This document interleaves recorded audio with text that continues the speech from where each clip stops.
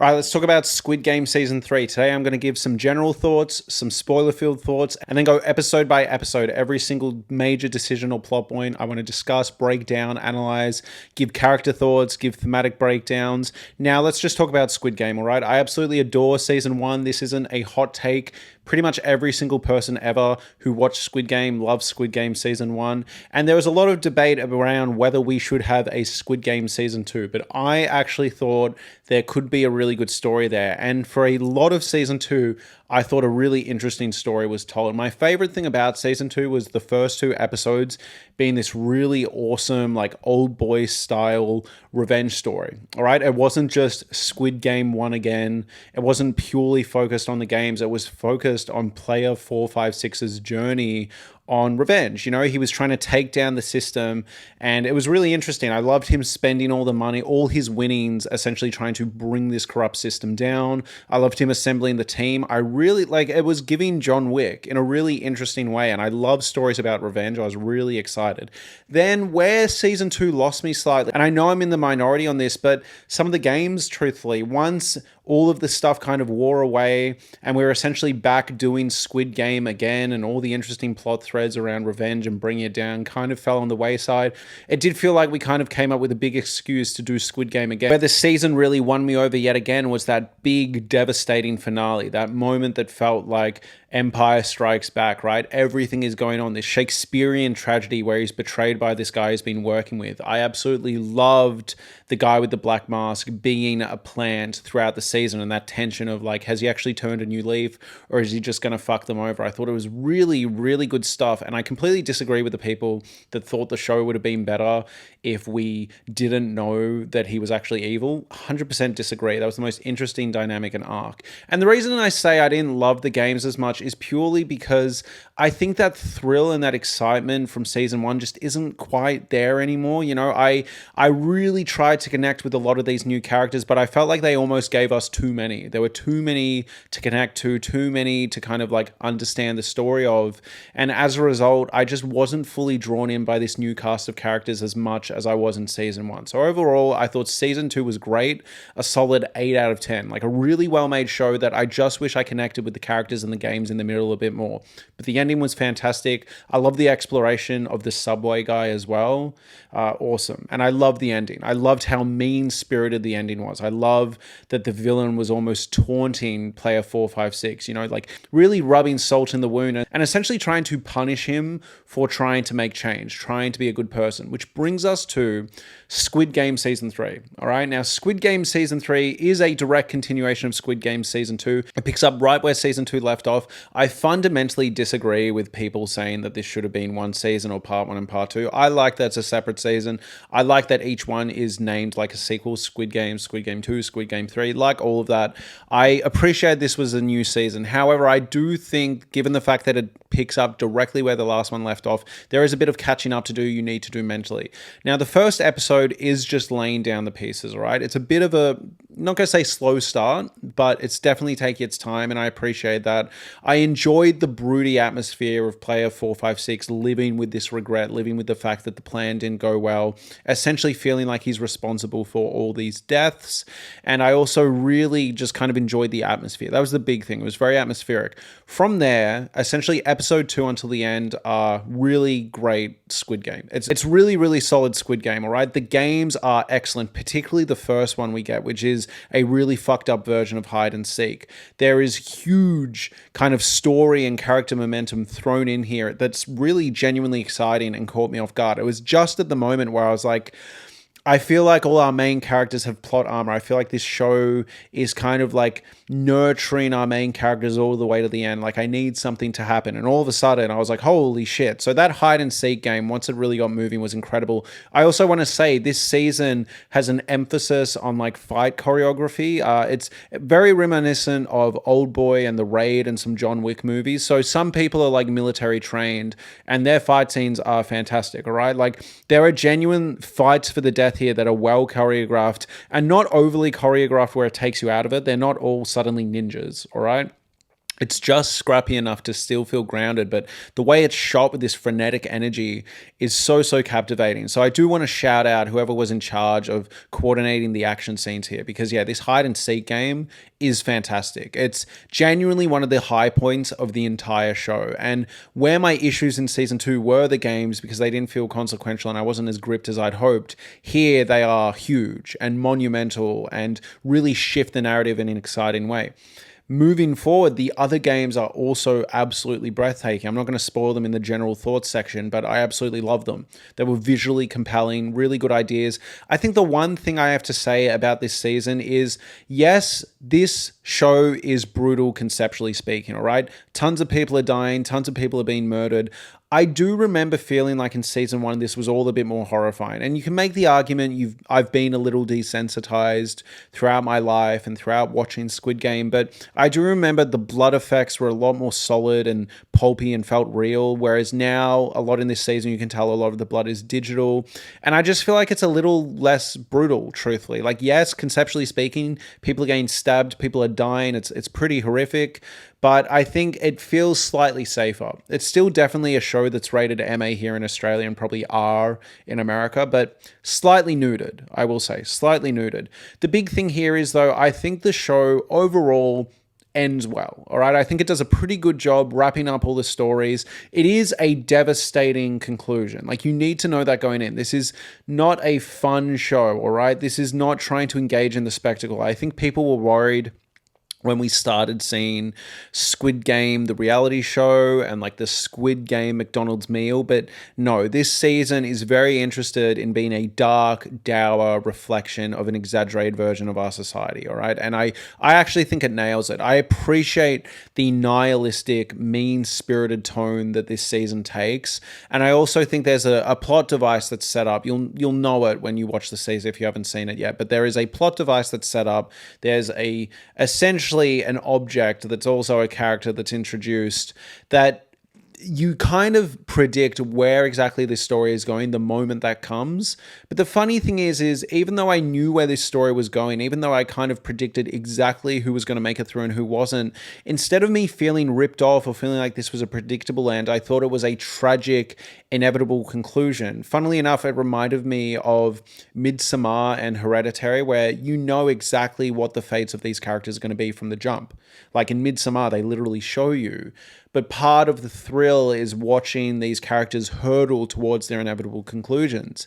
And I think what I liked about Squid Game 3 is at a certain point, it becomes very clear, if you're a perceptive audience member, where exactly this is going. But the journey there and the slow crawl to the tragedy of this being inevitable is what makes it satisfying. I've seen people complain about the fact that a lot of our main characters are picked off early, so you don't have people to root for. And I think that's haunting. I think that's tragic. The idea that in the last couple episodes, minus 1 or 2 people, it's unlikable, nasty, selfish people that we inherently hate. You know, I liked that. It feels like we're not watching a show where you can feel the puppeteering hands of the writers just manipulating the world of the show to make sure all our good guy main characters get to the end. This is a lot more interesting. And I was sitting there being like, oh my God, like I don't know how anyone's going to make this out. I don't know how we're going to have a happy ending. And I really liked the direction this season went. It's not perfect. I think my big thing with this season is, unfortunately, just a lot of these new characters we didn't have enough time with. There's a lot of sort of that writing that Community talks about, you know? There's that scene in Community where essentially the hot guy, is his name Jeff? He's talking about like, you know, I can name this pencil Steve. And because I've named him Steve, when I snap him in half, you guys feel bad. And there is a bit of that in this season. It's like, of course, I inherently care for the old mother. Of course, I inherently care for the pregnant lady. Of course, I inherently care for certain people. You know, of course, I care about the really meek guy that's having a drug trip who's been ganged up on. You know, of course, I care about these people because of like who they are, what they represent, the humanity that's inherently there. But in terms of being well-written, four-dimensional characters, I feel there are a few that fell short. And similarly with the villains, some of them it's like they have very sort of cartoonishly over-the-top facial expressions and they're almost over-the-top evil. So it's like, of course I hate them and don't like them, but a lot of the character moments didn't feel earned. I wanted to be crying and weeping, and as it stands, I was kind of sitting there being like, that is objectively sad. That is sad. But I wasn't brought to tears or gut punched the way I was in season 1. And that's the big thing that's stopping me from giving this like a 10 out of 10. As it stands, I think Squid Game, for what I was going for, is pretty much a perfect show, minus the old guy twist, in my opinion, because it completely upends the most dramatic, emotional moment of the show. I don't think it was necessary, and I also think it just was really clunky. But aside from that, like, that's pretty much a 10 out of 10. I'll give it a 9.5 out of 10. It literally got 0.5 knocked off for how the old guy twist was handled. Season 2, 8 out of 10. I think the opening was fantastic, the ending was fantastic, and the games were kind of hit and miss for me. Season 3 is a lot more consistent than Season 2. I still think it's an 8 out of 10. I want to give it a 9, but there are some things in the ending we'll need to get to, and just some things throughout that I think knock it back slightly. So that's my spoiler-free review of Season 3 of Squid Game. Now we are going to go episode by episode and really dig in here, all right? All right, so episode 1 gets off to a good start. Opens right where the last one left off. We get a lot more with Noelle this season. I want to say her name is. It's spelled N-O-E-U-L. This is the insider woman that's in the pink outfit that's kind of helping someone escape. Loved this plot arc, all right? I loved this story around her trying to get this guy that has a sick daughter at home out of this situation. She knows him from her personal life. It's just really good. It's a really well-written arc, and I love the scene where she shoots all of the guys that are trying to, like, you know, harvest his organs. Again, well-done action, and it's brutality that I really like around Squid Game. I think Season 2 was pulling its punches slightly at times, but Season 3 gets off, and straight away we're into some brutality, and I loved it. We have Gi-hun wondering why he was left alive, all right? Player 456 is wondering why he was left alive. I really like that, all right? It's clear to me that the front man is taunting him. They see one another as same sides of the same coins, especially given the fact that we find out later in the season that the front man has also been in the game, has also won the game through maybe nefarious means. But I really like this idea that they're in this intellectual game of cat and mouse. I think it's really cool, and I love that Gi-hun is sat there kind of being like, why did he leave me alive? He's just rubbing salt in the wound. We have this arc of the friend of the detective whose brother is the front man who got shot off the cliff, right? So I'm going to refer to him as the detective, but the friend of the detective is like, yo, Captain Park is sus as fuck, all right? I saw him with his screwdriver. I think he killed someone. I think he's working for them. And the detective is not listening. And yes, I can believe this will happen, all right? I believe in the real world people are this dumb, but boy, was this a frustrating watch. I'm not knocking the show for this, all right? This is a show full of characters that do frustrating things, decisions you don't agree with, all right? I am not criticizing the show here, but I am giving the security guard shit. Just a fucking moron. Like, when your friend's coming up to you, who's also been through a game of Russian roulette and all this crazy shit, right? If he's coming up to you being like, yo, this guy is sus, be careful, please look into it. Like, he doesn't even engage this with any sense of curiosity. It was driving me crazy. There's also a moment I really appreciate. They set up that we're back to the voting system. That was another thing in Season 2 I thought dragged a bit. I didn't like the voting sections a lot, all right? And the reason I didn't like the voting sections is it was always kind of the same result. It was also very often laughably close. Those were sections I didn't love in Season 2 just because they always felt a bit similar. Like, I was never particularly surprised by who was voting what. It was always just a bit like, let's get on with it. I wasn't really engaging with those sections with much tension because you knew they were going to stay, and I don't think the show did a good job of, like, making us question or being surprised by people. But I think this season does the voting sections a lot better. There are a few surprises when people are changing their votes, which I really appreciate. But they also had this idea that if you do not vote, you will be persecuted. And there's a pretty haunting visual of a bunch of people that didn't vote being strung up, and it's rough. From there, we get the introduction of the hide and seek game. The last chunk of this episode is setting up the hide and seek game, and episode 2, which I really appreciate, the whole thing is the hide and seek game. So a few interesting things in the setup. Obviously, the red team gets the knives to kill the blue team. There's a genuine escalation here. Like, there's bloodthirsty people that are excited for this game. I also just like the escalation here because I'm like, oh my god, like, a lot of our main characters are going to have to die.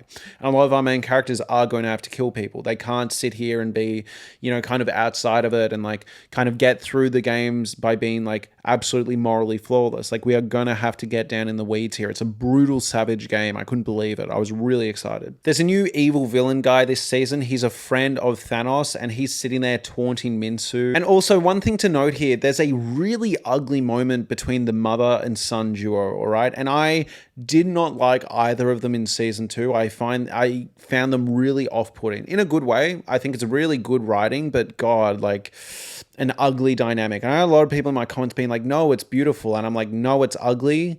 And I'm pretty proud because clearly in season 3, it is leaning into how ugly the dynamic and the type of monster that is created by this dynamic, because this is rough, all right? So they're kind of trading off who should be in the red, who should be in the blue. And essentially, the mum says at one point, like, I don't think you should be in the red. You know, you used to take bullying and just essentially allow yourself to get bullied, which is already a pretty rough thing to say. But the son comes back to his elderly mother. Remember when dad used to abuse you? You just used to put up with it. I thought it was such an ugly, awful thing to say. And at that point, I was like, okay, fuck this guy. We also have a really interesting dynamic, right? The evil guy, player 124, the one that was friends with Thanos, wants to kind of team up with the pregnant protector guy, all right? The guy that is the father of the baby of the pregnant woman. So Evil 124 wants to team up with Pregnant Protector, and here is where we get a really interesting dynamic, one of the most interesting ones of the season. And then on top of that, the end of episode 1 sets up this idea that our main character, player 456, is essentially furious with rage. He wants to kill this poor guy who fucked up with the magazines, right? And I get it, all right? As viewers, were we disappointed that he fumbled the bag and couldn't go out there and couldn't bring them the magazines? Sure, but I do not think you are meant to be rooting for him to be killed. I've seen people on TikTok being like, fuck yeah, Gi-hun gets that guy, and I think that is absolutely awful. This is meant to be a sad, tragic moment in my opinion. All right, so episode 2 starts. This is where we get the hide and seek game. All right, the hide and seek game starts. I'm just going to go through some of the most interesting moments from this section. One of the best moments is the evil Thanos friend and the pregnancy protector dude both stab someone, and they do it at the same time to make sure that neither one is fucking the other one over, and they stab it at the same time. The big turn here is that throughout the episode, pregnancy protector man starts getting a taste for it. In the previous episode, he talked about like, I'll be red, I'll kill someone because you can't, and I'll make sure you're safe. You know, I'll pick off people that I have to, but I'll do the hard thing, and I'll then help you get through because I care about this baby and I care about you. But where this switches, and I think where you're meant to be unsettled as an audience member, is he clearly does get a bit of a taste for it. At first, you're sitting there being like, okay, he's doing what he has to, and he's probably going to turn on evil Thanos friend. But after a while, it does seem like he starts genuinely killing for sport. Now, there is a reason here, all right? A very interesting reason that's set up. Evil Thanos friend essentially says like, hey, you know what? For every person that doesn't kill someone, right? Every person on the red team, they have to kill a blue person or they also get killed, right? So if we start killing over the number of people we need to, not only does a blue person get picked off, but also a red person gets picked off. So essentially 2 for 1. And he goes, fuck yeah. Now you could make the argument he's doing this because it eliminates people from the game to then help his pregnant girlfriend or help the woman that's pregnant with his baby, right? All of that's super interesting, but also you just notice he starts enjoying it. There's a thrill of it. Like he does turn a little dark, turn a little twisted. And this pays off dividends later in the episode, but we'll get there when we get there. The pregnant girl's water breaks when they're hiding in one of the rooms. This is just good escalation. Like, of course her water has to break while they're hiding for their lives and can't make a peep. Just really exciting writing, genuinely. There's a great little moment here. There's this like mystic woman, this woman that, you know, is like letting the souls of people guide her throughout the Squid Game, right? And she's leading a bunch of followers. And this has just such a good payoff. She opens a door, clearly sees that there are people, like bloodthirsty people in there, right? Closes the door after opening it and kind of runs off and lets all her followers get brutally stabbed. And who's doing the brutal stabbing? It's our pregnancy protector guy. Rough revelation, brutal moment, really well done. Like good, genuinely good writing. All right, now we have the fucking GOAT, all right? So we have player 120. This is the trans woman who I believe served in the military. She fucking crushes this. We get a genuinely fantastic action scene. I was talking about how good the action was before. She gets out, all right? She sees the light, she sees the escape, and she goes, I can't leave the pregnant lady and the old lady who I was working with and got these other keys for. She goes back. The moment she goes back, you're like, fuck. And at this point in the episode, I felt like we were getting some plot armor. It was this consistent thing I was running into in season 2 and season 3 a bit, where I was like, every time I feel like main characters are going to die, a bunch of random normies I've never seen before show up as cannon fodder. And right when I was like, fuck, someone needs to die, I think the annoying son got away from one at one point, and I was like, can we let some main characters die? What I didn't want was it to be player 120. She's an OG. I love 120. This was brutal. So 120 goes back to help the others and gets stabbed at the last minute as she's going, let's go, I found the escape. Brutal moment, but before that, she gets an absolutely incredible fight scene. Just spectacular. Like, so good. So good. But yeah, she gets stabbed by pregnancy protector dude. She drops to the floor. Pregnant lady sees the pregnancy protector dude, did that, she doesn't like him anymore. And I think it's an interesting moment because he did technically do what he said he was going to do. He said he was going to kill people and protect her. But I think the turn here is that he was enjoying it. He wasn't even shocked. He didn't even go, oh my God, did I kill your friend? Like, there was no humanity there. Like, he was a fucking bloodthirsty savage, all right? Because to an extent, I was toying with this idea that there was some humanity there. And I was like, he's doing what he has to do and he's doing what he has to do to protect her. But she's clearly unsettled because this was my friend. It was an unnecessary kill. You must have known I was friends with them. You must have known I was working with them. And you're clearly not in the same allegiance that I am, you know? Super interesting moment. It is interesting to question, right? Like, why was the pregnant girl okay with him killing anyone but not her friend? Like, is there some bias there? But I do understand it. One was a necessary kill and then he just started killing for sport. And he even killed someone for sport who was close to her, you know, didn't show any regard, and he must have known that, right? So yeah, good writing, interesting moment. All right, then throughout the episode, we have this arc where player 456 is going after 388, the guy that fucked up with the magazines. And this is a brutal moment. I kind of wanted player 456 to die here. I'm not going to lie. He does redeem himself throughout this season. You kind of need him there for the arc this goes on around the baby. But I don't really like player 456 at this point. I haven't really connected with him for a while. He did have a really compelling hero's journey with trying to get people out, but I know why he is like this in this episode, and I agree with it. Like, I think it's really good writing, but I did want him to die, all right? I can't believe there are some people that thought him killing the guy that fucked up the magazine was, like, a good thing. It's clearly meant to be a moment of he's turning savage. And I think it's good writing because he does this brutal kill. He kills this guy out of pure rage. There is something that feels personal and unnecessary about it. You know, if he just killed someone randomly or one of the not so great blue guys, we probably would have been like, oh yeah, okay. Like, you have to do what you have to do. But this feels personal and angry and targeted. And it's very clearly meant to be a moment where Gihan is blaming himself, and he's taking out that anger on himself and that blame on himself and putting it on someone else, blaming him. And I think the point that the magazine guy made, right? The guy said at one point, like, you know, you should have just shot up all the people that were voting to keep us in. They're the ones sending us to death, and you could have killed all of them and we could have got out. We could have voted to leave, but instead you came up with this crazy plan around your ego, taking down the whole system. And that's a fair point. And Gihan knows this is a fair point, and that's why he kills him. It's a selfish, awful, mean thing to do, and the show wants you to think this, all right? You are not meant to be proud of him in this moment. It's meant to be fucked up, and it drives the story forward, because at this point, I didn't like Gihan at all. I didn't like player 456 at all. I hated him. I thought it was a mean, selfish, juvenile, ridiculous thing to do. But it highlights the importance of this baby that comes, this thing that brings back a sense of humanity to him and the show in general, where you're like, okay, now we have something to root for again. Next, the show gets even more interesting, all right? The son goes to kill the pregnant lady. His mom, right, even goes, kill me. If you have to kill someone to survive, kill me, which this motherfucker has already technically done before in the last season. He didn't know his mum was going to survive when he locked her out of the room and ran off from her, all right? So this motherfucker is slimy, all right? But he goes, I'm not going to kill you, mum. I'm not going to kill myself. I'm going to kill this pregnant lady, or I'm going to kill the fucking baby. So the mum, after offering a blood sacrifice, is obviously pissed and stabs him to save the woman / the baby.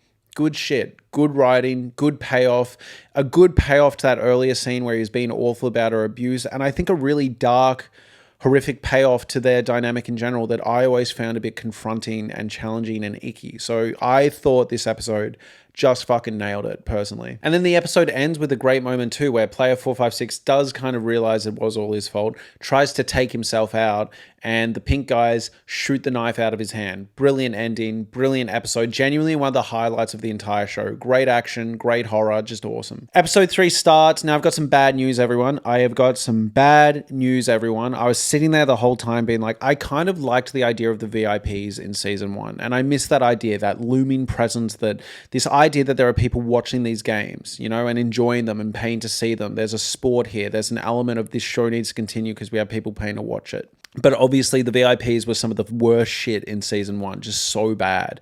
And I know there's going to be someone in my comments that's like, actually, the creator and director has talked about the fact that you're meant to find them off-putting. I agree. We are meant to be horrified. We are meant to find them dumb, juvenile, horrific, flawed people. Absolutely. All right, I agree with him there. I don't agree with the execution. This is bad acting. This is bad writing. And it is such bad writing that I wonder if I am a bit more forgiving of the rest of the show's writing because it's subtitled and the lines don't sound as bad to me because it's not in my native tongue, right? Because this is shit. This is shocking. I don't know why they haven't got someone to maybe kind of write it in a way that feels more natural to English speak, because it's just not how people talk. It feels like dubbing. It feels like dubbing. Like when people watch Squid Game dubbed and you're missing a lot of the context and the interesting sticky dialogue, you know, because it's dumbed down. On top of that, there's I think, Korean woman that's part of the VIPs that speaks English that genuinely sounds like a dentist commercial dub. It's horrific. But the writing's just really on the nose and bad. And this has never been a subtle show. But this is like dumb. This is dumb writing. So the VIPs are back again and they're fucking terrible this season. I just can't with the VIPs. They completely bring down this episode. I like the twist that Miss Jang, I think is her name, the mother of the son, hangs herself. It's a sad moment. It's a really sad moment, really powerful, pretty good. It's a horrific conclusion to their dynamic. Simultaneously, this toxic boy mom dynamic, but also this genuinely nurturing and caring to a fault dynamic is just summed up in just a brutal, horrific way. Then we have this moment, right, where the friend is investigating Captain Park. He goes to like his house, sees a photo of Captain Park and the subway guy. It's like, oh my God, he's evil. And then we have this CGI dog show up. And did anyone else notice that this CGI dog looked uncanny as? The CGI dog had eyes like me. Like, genuinely, eyes like me. Like, it was so strange. And it was weird because the dog from the back, when it ran at him, looked like a real dog. The dog at points when it walked in looked like a genuinely real dog. They got the CGI, if it is a completely CGI dog, they got the CGI on the dog's body so well that the face looked even worse, and as a result it looked like a human face on a dog, and on one point it's really uncomfortable, but it also just kind of looks funny. It was really strange.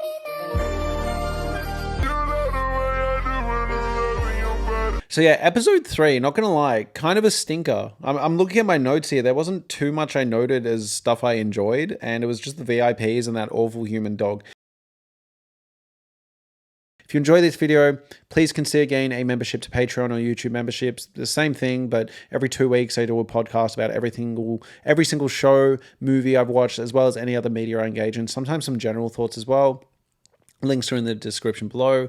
Moving on though, episode 4, we have the jump rope game, baby. And this shit is awesome. Not only do we have the jump rope game, but we find out that the baby is considered a player. The baby has to go through or it'll get killed. This is awesome. This is dark, horrific. It's almost laughably evil, but they're like, yeah, this baby that was born that didn't ask to be here is now part of the game. Now, I'm not going to sit here and act like I'm smart because I'm like, oh, this is actually a metaphor for a capitalist society where parents care more about making money than their own children. I assume you guys are on the level, all right? Like, I don't think I need to explain stuff like that, but it's horrific writing. It's really good. It's really well done. So our first notable death is Evil Player 124, right? Thanos' friend kind of runs over to get his little necklace with the drugs and flies off. I was a bit underwhelmed by the way the deaths were constructed here. I just think there is such good material for horrific visual imagery here, you know? Slow motion shots of people falling. You could have had someone fall, and again, like Midsommar, they're not quite dead, and they're sitting there on the floor looking up, kind of twitching, watching people fall beside them, watching people fall on them. Like, I just think there could have been so much visually compelling stuff you could have done here. And it looked a little flat, a little dry, a little CGI, and just not as brutal as it could have been. Again, I think season 1's brutality was the best, in my opinion. But still, the game itself, great spectacle, feels like a season 1 game, like this horrific game of jump rope. I really liked. So 4, 5, 6, our main character somewhat redeems himself. He takes the baby across. Cool moment, and he promises that he'll come back and get the mum across who has a broken ankle. sick. All right, really good arc, and I think the baby serves as a really good plot device to kind of bring some humanity back to player 456 and the show in general, truthfully, because at this point a lot of the people have voted to stay in, a lot of the people have killed people. These are all people that have done some morally questionable things. We have about 2 characters we can really morally root for here. Player 456, in my opinion, is not one of them anymore after his spiteful murder of that guy who was just trying to help him with his plan and failed. But I think at this point, we really only have the baby to connect with, the pregnant lady to connect with. That's about it. I think, at this point. So, yeah, I think the baby was a good idea. I love that there's a random evil guy that starts kicking people off and not letting them pass. It's a cool moment. And Gi-hun gets in a fight with him where he starts gouging out his eye. Again, doesn't look as brutal as it could have, but I think eye gouging is a lot for mainstream audiences. But good moment, brutal moment, and kind of a good example of player 456 resorting to something pretty uncomfortable, And I think it's an interesting moment because this would have really landed as like, oh, player 456 losing some humanity, or like really going and turning dark when he has to. I think that's the big thing. Player 456 can do what he has to do, but I think all of this is overshadowed by how awful that murder of the magazine guy was, in my opinion, in a good way. It's like interesting writing, morally questionable characters, Anyways, eventually the mother is not going to have enough time to pass. The baby daddy comes up and says, I'll get you across. I'm already here with you. Like, you can come with me. And she refuses because she sees him as an evil guy. Interesting writing choice. And then she throws herself off the thing. She doesn't want player 456 to come get her in case he fucks it up and they don't have time. And then the baby doesn't have anyone to protect him. All right, the baby doesn't have anyone to protect it, right? So she sacrifices herself. It's a good moment too because she doesn't trust the baby daddy to look after the baby, and she's right on that instinct. From there, all the players find out that the baby inherits the mum's money, right? And at this point, they did this in Squid Game season 1 as well, where it's not explicitly told at certain points whether there can only be one survivor. And I find it interesting that some people assume there will only be one survivor and some people don't. But the big thing here is at this point, some of them understand that, they can split the money. Like a lot of them believe that, right? A lot of them think, yeah, we'll be able to split the money. And that is true to an extent. If they play the game right, they can split the money. But I think it's really telling that all these people are so greedy that they wouldn't be happy with 6 million when they can kill a baby and leave with 8 million, right? They're like, fuck that. This kid hasn't earned it. We want to kill the baby. And again, I think I would somewhat I'm not saying I agree, but I would somewhat understand this mentality more if not only was it a financial thing, but also like there can only be one survivor. But at this point, it isn't the case. There can be multiple survivors, and they're just like, fuck that. That extra 1.5 million is worth more than that fucking baby. We're going to kill it. And I love that the show goes this direction. The show does not pull any punches. These people are like, we are going to kill this baby. That's what we're going to do. It's just another player, and it's a player that hasn't earned its right to be here. Brilliant. Really good writing. And again, it positions Gi-hun as a hero again, someone who is morally questionable, but we're inherently rooting for him now because he needs to get the baby out. There's also a great moment on the boat where the friend calls the detective and tells him that Captain Park is evil. This is while Captain Park is literally shooting everyone. Good section, great action, genuinely a tense moment. There's this fantastic moment of dark humor where the pink guy is like explaining the voting system, and it's like every single abstaining person will be killed except the baby, as the baby cannot make decisions. Just good, funny writing. I'm not sure if that's the exact translation, but it was really funny how it came out. And I hope that was an intentional joke. Then we have a really interesting moment. So the front man arranges a meeting with player 456, all right, and says, yo, I can give you a knife, and then you can stab pretty much everyone you want to the night before, all right, all the bad guys. So it's essentially just you two left, and then the game will not proceed, all right? You can eliminate all these evil people, all the people that want to kill the baby, and there will not be enough people for the game to proceed, and you guys will win by default. You can go home and the baby can go home. It's a good character moment for the front man, someone who I find infinitely interesting, all right? A really well done character, the best part of season 2, but interesting that after being so inhuman, all right, seemingly wanting to just taunt Gi-hun the entirety of season 2 for being naive and thinking he can change the world, here he's showing some humanity. He's like, oi, I don't want this baby to die.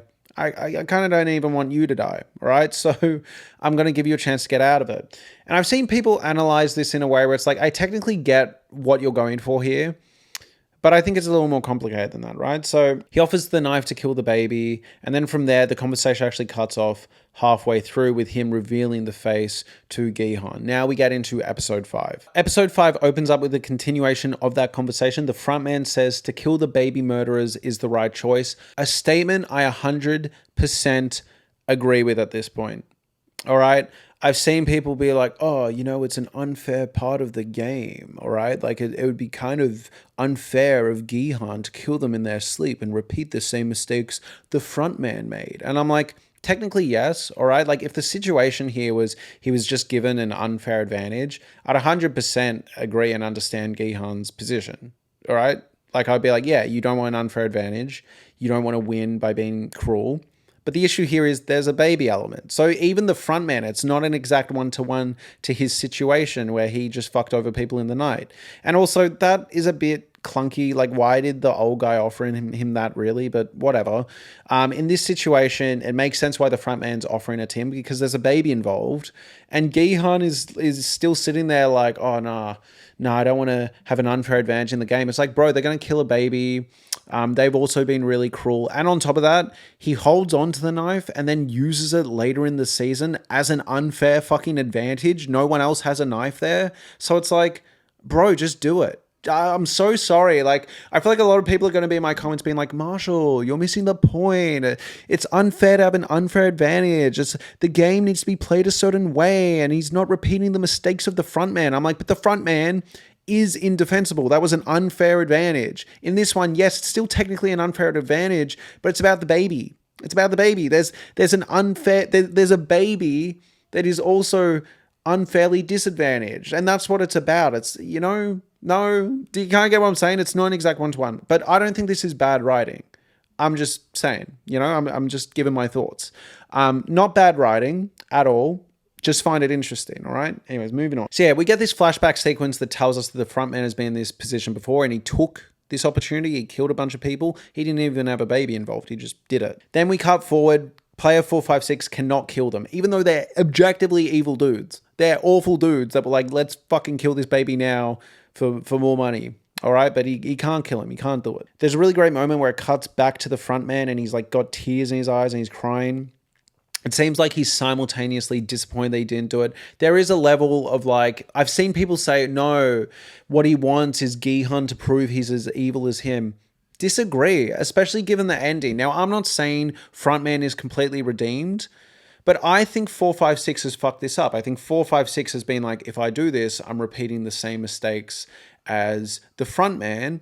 And I don't think look, you can slice it a couple different ways. I don't think the Frontman's seen there being like, I'm truly the evil one, and him not doing it means I'm even more evil. It's like this dude was reveling last season in this Shakespearean villain arc of like, haha, I tricked you and I killed all your friends. All right?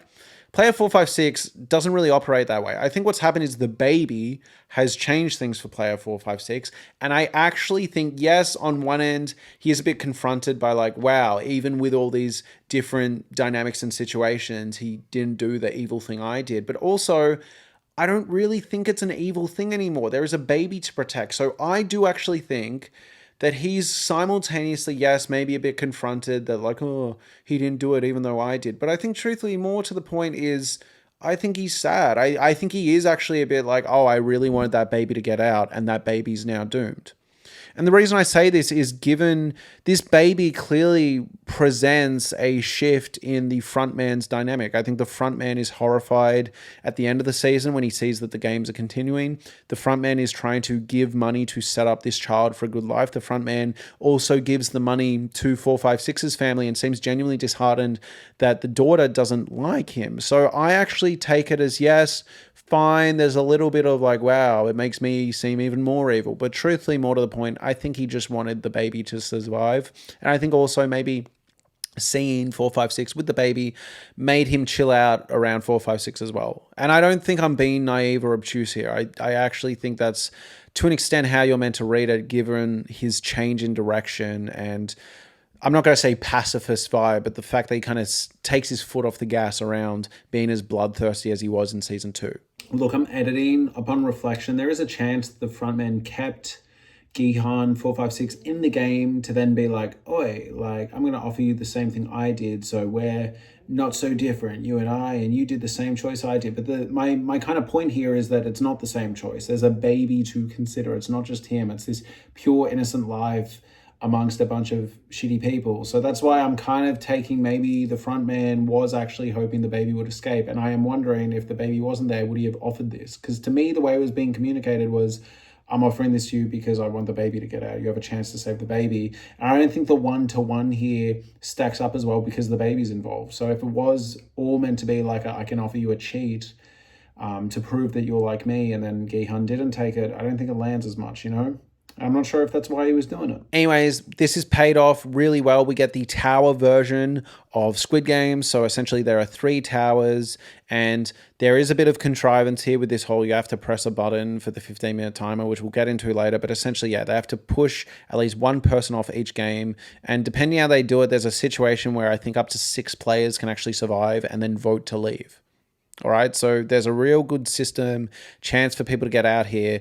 But in order for that to work, they have to kill this guy that's kind of a softie that's tweaking on drugs. They have to kill Gihan, and they have to kill the baby. All right. I love when they come up with this idea of democratic voting, even though it's just the 6 evil people obviously reaching the same conclusion, which is take out the weak. Real good, including the baby. Their first vote is to instantly kill the baby, a great moment. And then player 333, all right, the baby protector actually talks them in a different direction. He kind of locks eyes with 456 and says, maybe we push Minsu off. Maybe we push the guy that's tweaking on drugs off. This is clearly a moment I really like what they're doing here. I'm like, oh, okay, we turned on him a little, but I thought there was still a bit of humanity there. And I'm like, okay, he's teaming up with 456 to get this baby through. Sick. Great moment. So they push Minsu off, which is pretty rough. But again, rough in a way where it's like, yeah, he's the most fragile, but these are all people that have been in this game for a while now and doing what they have to do. Like, it's inherently sad because he is fragile and he is very timid, but it didn't land for me. I didn't know him well enough as a character to be truthfully really, really devastated. Again, it's kind of sad in the way that cracking a pencil with the name Steve is sad. You get what I mean? Then we get a really brutal arc that I really did quite admire, all right, which is they all turn on the weakest of the criminal gang or the meanie poo gang, and they create what's called a lunchbox. They cripple him, and the idea is they're going to bring him over to the next thing to be the sacrifice after they hit the timer. It's a fucked up moment, pretty brutal.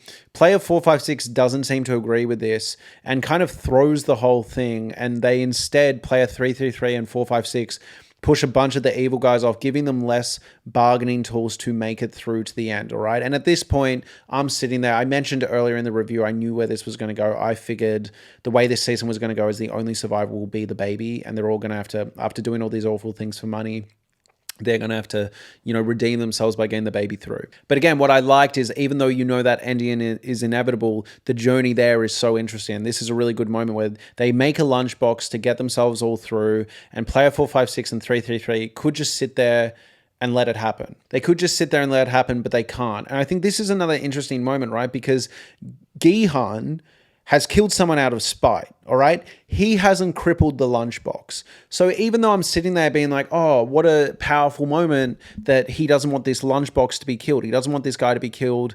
unfairly, seemingly, right? So he's like, no, and is going to like try turn on them. But it's like, you killed someone earlier out of spite and out of anger, So like, again, it is character redemption. He was in a dark fugue state. Like, I do understand it. Characters can grow and change. I'm saying it makes this moment interesting.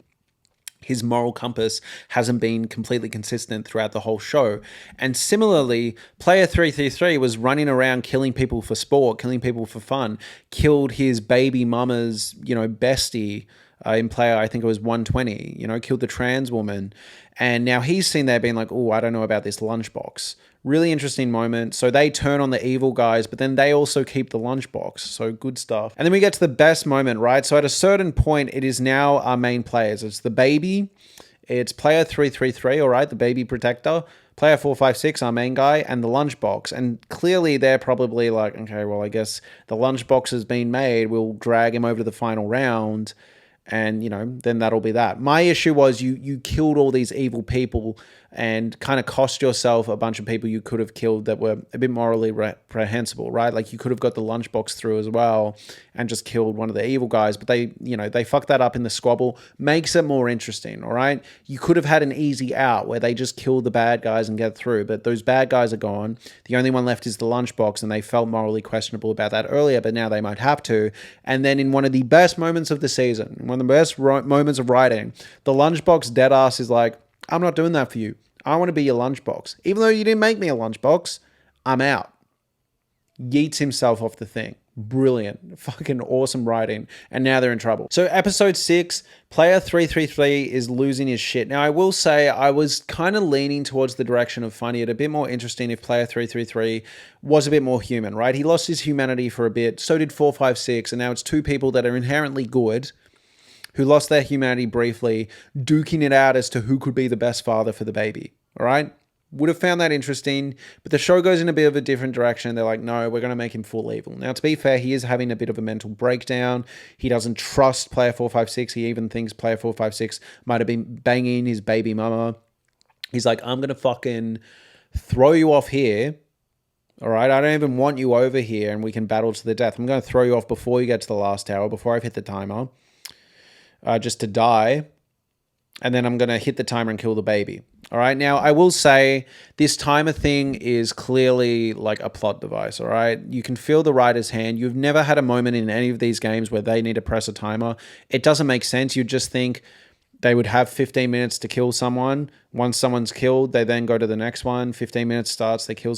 But no, for this one, they can still kill people, but they have to press a timer, and it's like, so they have infinite time to discuss before pressing the timer. So what's the point of the timer? Like the timer doesn't add any tension, and they could just sit there for ages and not press the timer. Like it is so clearly there because the writers needed a way to kind of have them die outside of the game and add some sense of tragedy and convolution. You know what I mean? Because they wanted the whole they're fighting without the timer so it doesn't count. So then someone has to kill themselves for the baby to survive. Does that make sense? Because otherwise it just wouldn't have worked that way. It would have been the moment someone falls off, but they couldn't do that. It needs to be they press the timer, and you can just feel the hand of the writers in this moment. And I get the ending they're going for. They want it to be someone needs to kill themselves willingly and start the timer willingly to save the baby, but it just felt a little convoluted to me because you've never had a system where they have to start the timer. And again, they can just infinitely discuss whatever they want to, do whatever they want to before hitting the timer. It's ridiculous. Like, come on. But regardless,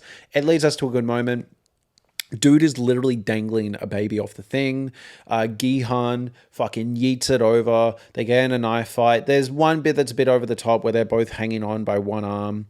But the ending's perfect. This is the ending it should have been. 456 has done some questionable things at points. He has to sacrifice himself for the baby to get out there. It's perfect. It's obvious. It's simple. We knew it was going to be like that once the baby was introduced, but we didn't know that. To be fair, I wasn't seeing that in season 2. I thought she was just pregnant and I thought she might get out. Season 3, she gives birth to the baby. Once the baby's out there, I'm like, this is not going well for anyone but the baby. Look, will I say that they spent a lot of time with the detective trying to get to the island? Yes, probably more time than they needed to given the payoff, but hear me out here. Don't hate the ending. Don't hate the idea that the detective gets there, sees the front man, and is like, oh, I've been searching for my brother. Turns out my brother is the one that shot me. I don't like my brother anymore. I'm out. All right, I don't mind that. I like that the bad guys get away and blow up the island. I didn't want a story where everyone survives and wins. It didn't feel like it was in conversation with what Squid Game had been doing. I actually liked the awful, dark ending. I think it's also telling about the detective that he doesn't seem particularly driven about ending this on a fundamental level. He knows this place exists, similar to Gihan. He's kind of a worse person than Gihan. He's not interested in ending this corrupt, evil thing. He's just kind of like, oh, well, it was my brother. I was looking for my brother and my brother's a prick. I'm out, I guess. You know? Kind of tells you something about his character. Now, there's a chance he'll be redeemed in the US spin-off, which we'll get to, but as it stands, it seems like he was only personally motivated and not thinking about anyone else really. And when that personal motivation ended up being evil, he's like, oh, okay, well, fuck that then. Interesting writing. He gets given the baby with $1 gazillion bajillion dollars, and Frontman also makes an effort to give Player 456's daughter a bunch of money as well, showing that there has been a turn in the front man. And I think you are meant to take him stumbling into Kate Blanchett doing an American version as pretty horrific and uncomfortable. So overall, I think it was a really good ending.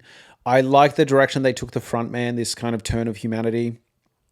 I also will say I like the idea that the US version of Squid Game, directed by David motherfucking Fincher, by the way. What? But I like the idea that the US version is a continuation. It's not just a shot-for-shot remake. It's canon with this Squid Game. It's kind of a passing of the torch. You know, I know there's going to be a bunch of people in my comments being like, for show, they like hated capitalism. It's pretty ironic that this show has got 3 seasons and a spin-off. Makes you think. And like, yeah, sure. Like, you're not wrong. You are not wrong. But I'm kind of interested in the US version. It might suck, and then we'll obviously be seen there being like, yep, US shouldn't remake stuff. Like, what the fuck are we doing? Apparently there's still going to be a Parasite American miniseries. No, thank you. But look, I do like the idea that the US version at least isn't a remake. It's a continuation. But yeah, I like this turn in the front man. I hope we see more of him. It'd be interesting if he wants to take it down or whether he starts questioning his allegiance. But look, I thought this was a really solid ending. I agree. I don't hate the ending with the detective and the frontman, like their brother arc. I don't hate it. I think we just spent way too much time on the boat for that ending, you know? I think it needed to be a bit more low-key. I don't find it unsatisfying. I find it dark and kind of tragic and horrific that he's like, oh, okay, well, I'm not going to investigate this any further. Turns out my brother's a prick, whatever. Like, what are you doing, man? But aside from that, aside from the fact that we spent too much time on the boat, I thought this was a really solid season. And look, like, I agree with people. I think it worked fine as a single season. And a lot of people I've talked to don't want to engage with the show anymore. They're like, I think 1 season's enough for me. But if you do ever watch past season 1, I think season 2 and 3 are solid additions, and it's just a question of how much Squid Game do you want. If you want it to just be 1, just watch 1. But I don't think 2 and 3 ruin the show at all. And I think 3, to its credit, is brutally dark. And I like shows that are willing to be dark and nihilistic and mean. I do. All right, I'm biased towards it, I'll acknowledge. Thank you so much for watching, everyone. If you enjoyed this video, please like, comment, and subscribe. These do take a bit of effort, a lot of mental capacity at least. You've probably heard me kind of deteriorate over the video. But if you enjoy this video, please consider getting a membership to Patreon or YouTube memberships. The same thing, but every 2 weeks I do a podcast about every single show, movie I've watched, as well as any other media I engage in. Sometimes some general thoughts as well. Links are in the description below. Have a lovely day, everyone. Thank you so much.